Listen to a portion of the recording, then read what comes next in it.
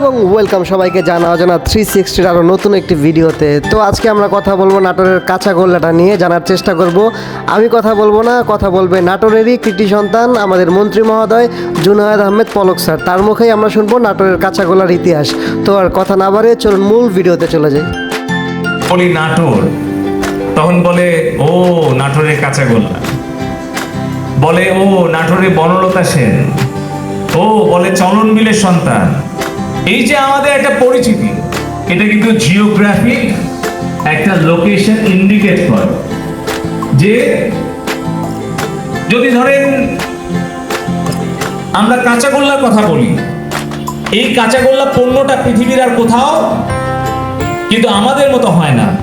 এবং এটার যে সূত্রপাত, এটা 1760 সালে আমাদের অর্ধবঙ্গেশ্বরী রানী ভবানীর সময়ে, সেই সময় লালবাজারের একজন মিষ্টির কারিগর মধুসূদনের তার কারখানায় অনেকগুলো দুধ যখন ছানা তৈরি করেছিল, সেই দিন তার অন্য সহযোগী কারিগর আসে না। ফলে উনি চিন্তা করেন এই এতগুলো ছানা উনি কি করবেন, কারিগর তো নাই, মিষ্টি বানাবেন কিভাবে। তখন যে রসগোল্লা যে বানাবেন তার জন্য একটা স্টেপ পার হয়েছে, দুধ থেকে ছানা হয়েছে, ছানা থেকে গোল্লা বানাতে হবে, তারপরে ভাজি করতে হবে, তারপরে রসে ডুবাইতে হবে। সে একা কি করবে? তখন এই যে আমাদের চলন বিলের মাছ খাওয়া বুদ্ধিমান উদ্ভাবক সেই মধুসূদন চিন্তা করলো যে এই ছানাটা এখন মিষ্টির রস দিয়ে একটু জাল দিয়ে রেখে দিই যাতে নষ্ট না হয়।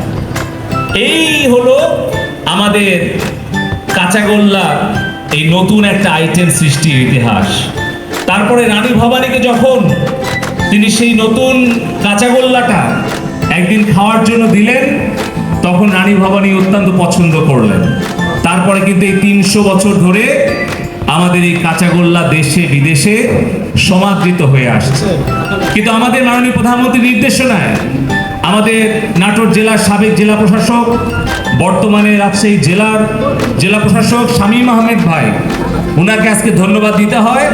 উনি কিন্তু এই আবেদনটা করেছিলেন জিআই রেজিস্ট্রেশনের জন্য।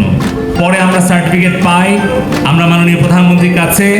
বর্তমানে আমাদের শিল্প সচিব, উনিও কিন্তু আমাদের এই চলন বিলের সিংড়া হুলুলিয়ার কৃতি সন্তান, নিমাপদ্মার কৃতি সন্তান চৌগ্রামের।